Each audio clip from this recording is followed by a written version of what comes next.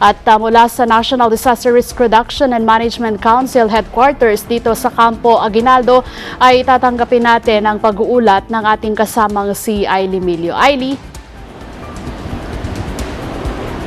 Yes, Weng, limitado pa lang ang hawak na impormasyon ng NDRRMC hinggil sa epekto nitong Super Typhoon Lawin sa mga lalawigan na dinaanan nito. Ayon kay NDRRMC Executive Director Ricardo Halad, limitado pa lamang yung impormasyon na kanilang hawak dahil hindi pa ligtas para sa mga disaster response workers at civil defense workers para magsagawa ng initial assessment sa pinsala ng bagyong Lawin.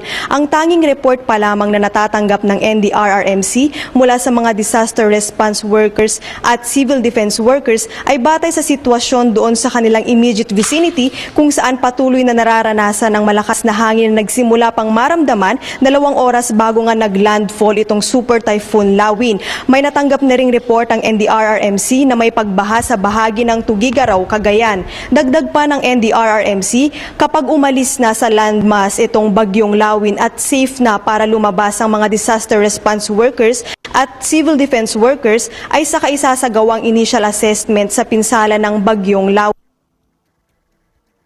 Centers, pinagpaplanuhan na nila yung kanilang susunod na hakbang, kabilang dito yung augmentation ng reinforcement na gagawin ang ahensya, yung mga manggagaling dito na additional relief goods at additional medical teams na response units ay dadalhin sa mga apektadong lalawigan. Nagpaalala naman ng NDRRMC sa publiko, partikular doon sa mga residente na apektado ng bagyong Lawin, na wag na munang bumalik sa kanilang mga tahanan.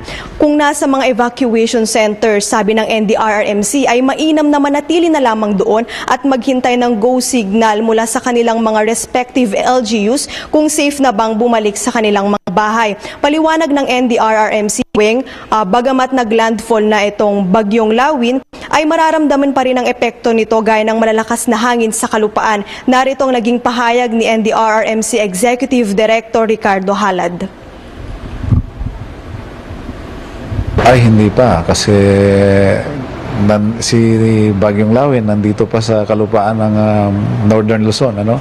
At kahit na nandun na yan sa lumampas na sa landmass, nandun na sa karagatan, dahil sa laki ng diametro nito, nasa 800 kilometers ang diameter nito, so meaning from the eye of the storm, magbibilang ka ng 400 kilometers radius, maaaring nandun na siya sa dagat yung mata niya, pero may epekto pa rin, may malakas pa rin na hangin dito sa kalupaan.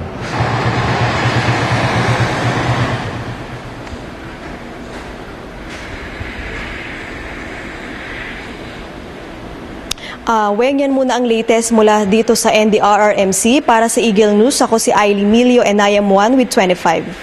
Ailey? Oo. Ailey, gusto lamang sana namin itanong kung initially may mga naulat na pinsala na sa NDRRMC. Batay doon sa mga initial data na naipasok noong mga ilang mga probinsya na kahit paano nakapagdala na ng nakapaghatid na ng impormasyon sa NDRRMC.